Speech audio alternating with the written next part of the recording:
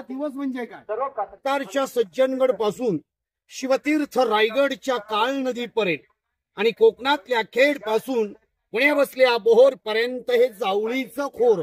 मग शिवरायांनी जावळी घ्यायचं कारण की मुंबई बंदर ते कणकवली बंदर मध्ये तुळजाभवानी कुठेच नाहीये आणि आपण तुळजाभवानीला जातो. ते तुळजापूरला जात असताना आपले हल्ले व्हायचे, माता भगिनी लुटल्या जायच्या, म्हणून शिवरायांनी जावळी ताब्यात घेतली.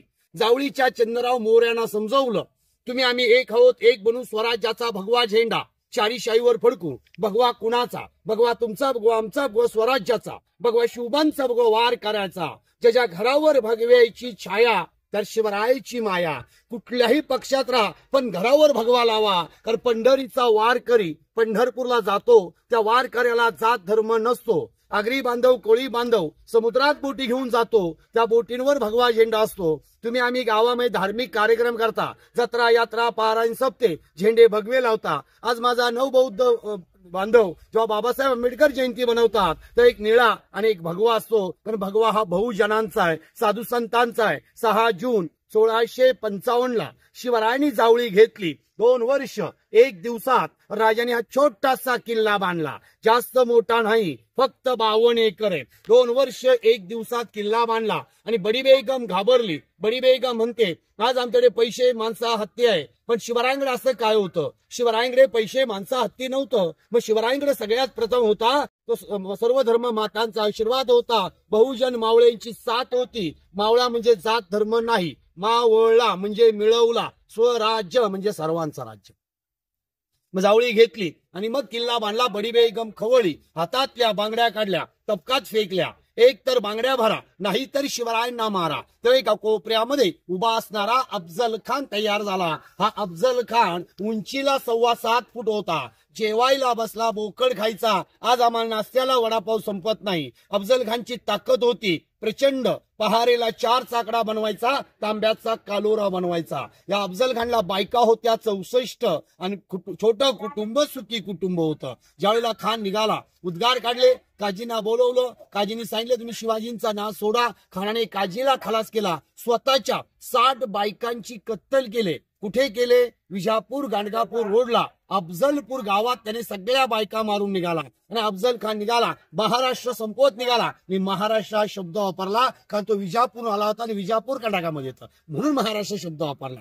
तर अफजल खान विजापूर, तुळजापूर, पंढरपूर, शिखर शिंगणापूर, दहीवडी, खटाव, मान मार्गे खान वाईला आला. खान वाईला आला तेव्हा माझा राजा हा समोर जो डोंगर दिसतो का उंच, त्याचं नाव आहे मधुम, तो समोर तो राजगड आहे. त्या राजगडवर राजा होता. अफजल खान वाईत होता, राजा तर राजगडला होता. राजगड शेजारी तोरणा आहे, कडे ढवळे किल्ला. हा बघा रायगड दिसू लागला. आज मागचा डोंगर दिसतो रायगड आहे, चंदरगड, ढवळे किल्ला. मी अफजल खान वाईत आला तेव्हा राजे राजगडला होते. मग अफजल खानचं लक्ष कुठे जाणार? राजगडला. राजगडवर अफजल खान काय घेणार? राहिरेश्वर, रोहिडेश्वर, केंजळगड, तोरणा, पुरंदर, सुपखोरं, भोरखोरं, जावळीखोरं, रोडसखोरं, वाईखोरं, राजगड. म्हणून राजांनी राजगड सोडून राजांनी प्रतापगड गाठला. मग प्रतापगडच का, बाकी किल्ले होते ना. या गडाला वेढा देता येत नाही. गडाच्या 4ही बाजूनी किल्ले आणि मधोमध प्रतापगड आहे. वाईमध्ये कृष्णा नदी, महाबळेश्वरला वेणा नदी, महाबळेश्वर घाट उतराला कोयना नदी, कोल्हापूरला सावित्री, शिवतीर्थ रायगड काळ नदी, खेडकडे जगबुडी. म्हणजे खालून सिद्धी आला, वरून अफजल खान आला. एकामेकाला मिळू शकत नाही, म्हणून शिवरायांनी प्रतापगड निवडला. खान कुणाचं ऐकतोय शोधा.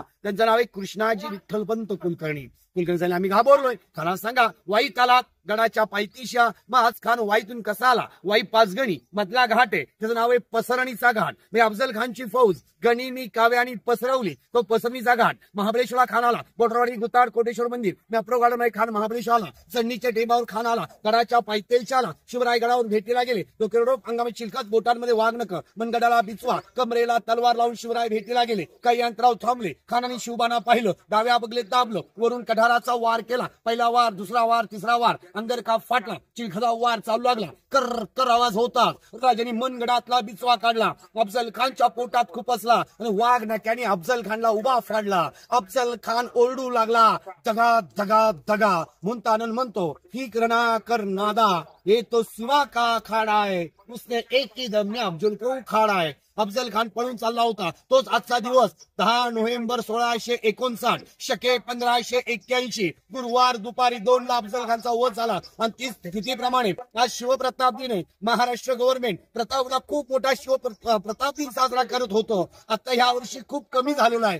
पाहतोय या गडावर कुठे लाइटिंग दिसत नाही, कुठे पताका दिसत नाही, रोषणाई दिसत नाही. इव्हन समोरच्या झेंड्याच्या बुरजाचा झेंडा बदलला नाही. काय नशीब आहे आपलं की महाराष्ट्रात अफजल खान आला मारला त्या दिवशी झेंडा बदलू शकत नाही. आजचा दिवस म्हणजे भाग्याचा आहे. हिंदू धर्मातला शुभ दिवस. मी हिंदू धर्मातला का म्हटलं तर राजे मुसलमानांचे वैरी नव्हते. राजांच्या पदरी अनेक सरदार मुसलमान होते. राजांकडे पाहिलं तर शिवरायांचा तो फणस सरदार मुसलमान असे काही इतिहासकार म्हणतात. शिवरायांचा मुसलमान सरदार मग शिवरायांचे मदारी नेतर होते असं म्हणतात शिवरायांकडे. मग शिवराय का मुसलमानांचे वैरी होते का? आजही आम्ही मुसलमानांचे वैरी नाहीये. आम्ही मुसलमानांचे वैरी असतो तर महाराष्ट्राचे मुख्यमंत्री कधीच मुसलमान झाले नसते. त्यांचं नाव यर अंतुले. ते तलवार आणायला इंग्लंडला गेले, त्यांनी कुलाब्याचा रायगड बनवला. शिवभक्त अंतुले. त्यानंतर भारताचे माजी राष्ट्रपती त्यांना सोल्यूट आहे, त्यांचं नाव आहे डॉक्टर अब्दुल कलाम. हे मुस्लिम होते. आणि योगायोग पाहणं आमच्या सातारा जिल्ह्याला आमचे एसपी मिळाले तेही समीर शेख मुस्लिम मिळाले. किती भाग्यवान आहेत. आणि ते तर शिवरायांच्या मावळ्यातला एक मावळा आहे असं काही म्हणा हरकत नाही. या प्रतापगडावर त्यांचं खूप मोठं प्रेम आहे. स्वराज्यावर प्रेम असताना असा मावळा आपल्याला मिळालाय. आज अफजल खानचा वधाचा दिवस तो म्हणजे शिवप्रताप दिन.